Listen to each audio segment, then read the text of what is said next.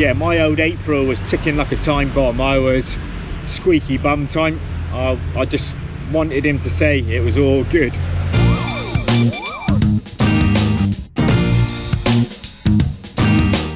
So guys, welcome back to the channel once again, touching down from the incredible Chiang Mai City, northern Thailand as always. And today I just wanted to finish off the motorcycle vlogs with how I changed the ownership of my bike and how I changed the green book. This vlog might not be the greatest vlog for everybody, but I thought it could help somebody, and a few of you did like the search for the motorbike, and when I showed the motorbike, a lot of you was interested in how I purchased the bike and how you change over the bike. Online it seems a bit of a minefield and it can put you off, and it seems a bit hard when you read things online, but it wasn't the case for me, guys. It was quite simple. I didn't need to take anybody with me. It would be easier taking a Thai person with you to do a few things, but I will run over everything that I had to do.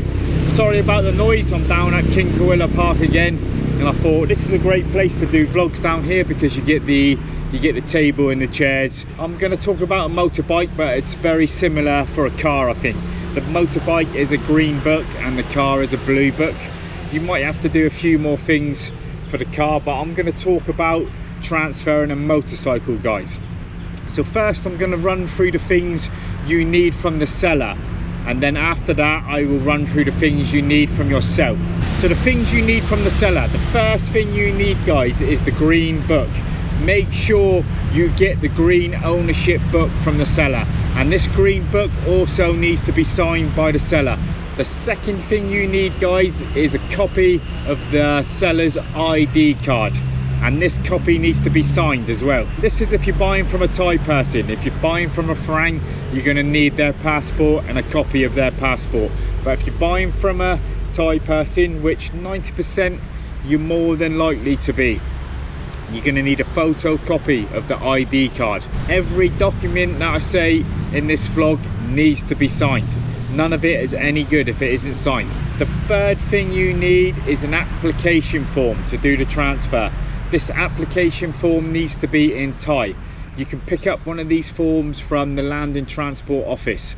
More than likely the seller will already have this form, and again, he needs to sign it. When I got this form, the seller already had it and he had signed it, but the whole form needed filling out and it was in Thai. So you might get lucky and the seller fills out the whole form for you, or it might be like me where he's just signed the form. So yeah, you're gonna have to get somebody to help you fill out the form. I went to my school and they helped me fill out the form. You can do the same, or if you know somebody that speaks Thai that can help you, that's fine. On the form you just need to fill out the Thai person's details, which will be on his ID card, on his ID form, and that just needs writing into the application form. So yeah, hopefully that makes sense, guys. That's the three things you need from the seller. Green book, signed. Copy of his ID card, signed. Application form for the transfer, signed. You're going to need your physical passport, your actual passport. You're going to need a photocopy of your passport page, and this passport page is going to need to be signed as well, guys. And you're going to need a copy of your current visa. Whatever visa you're on, you're going to need a copy of that. So it's pretty simple, guys. You're just going to need 3 things from the seller and 3 things from yourself. There's 2 land and transport offices in Chiang Mai. I will leave the location to both of them in the description. If you remember, when I went to get my license, I went to the main transport office down in Hang Dong Road. But this time I thought I'll try the other one. Let's see what the other one's like. So I went to the smaller one in Lampun Road next to the Holiday Inn.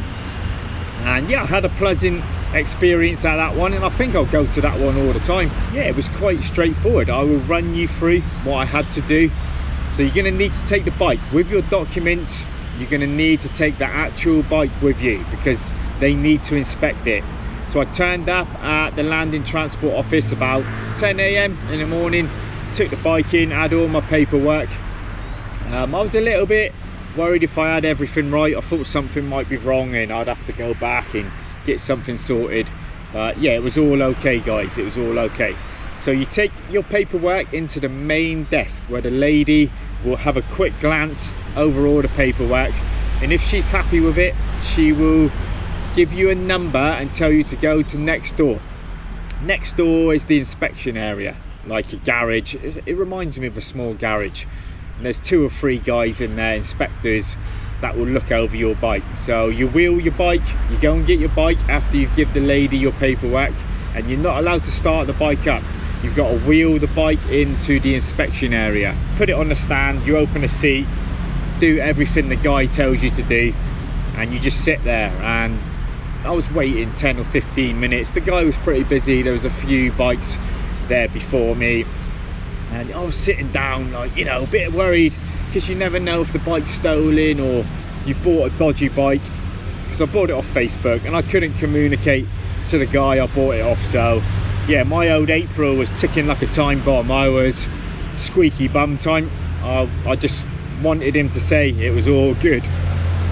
He came to my bike, he gives it a once over, looks at the tyres, looks at a few numbers, looks at a few registration things, and yeah, he said it was fine. So I was happy after that. I was happy. Then yeah, he said wheel the bike out. So you wheel the bike out around to the front again, and the lady at the front will give you your paperwork back and your number again. And she tells you to go back to the first office where I let the lady check over the paperwork. So you go back here, and this time she will do a thorough look at the paperwork and make sure everything is cushy and everything is okay. She looks over that for a few minutes. Everything was okay, and then she gives you another number where you line up and wait for the lady to take your green book. And this was the biggest wait. I was waiting 20-25 minutes. There was lots of people waiting, and eventually she calls my number, gave her the green book, gave her all the paperwork again. I thought it would take a few days to get the green book back in my name, because online it says it can be the next day or a week later. But yes, she done it there and then. She put the green book in the printer, printed it out, had my name on it, and yeah, it was all done. The bike was now in my name. It belongs to me. No matter where that bike goes or what happens to it, that bike belongs to me. It's pretty simple, really. Online you hear things about Thailand, and some of it is overreaction. Everything you read. I remember the first time I come to Thailand, reading about Chiang Mai. Oh, don't leave your bike there, don't walk down here, and a lot of it is overreaction. I hope that made sense, and I hope that can help somebody coming to Chiang Mai. A lot of people here ride around without ever changing ownership of the bike. But if you're in an accident or you want to sell it, you're stuck. Then you can't do nothing with it. That bike does not belong to you. I'm happy with the bike.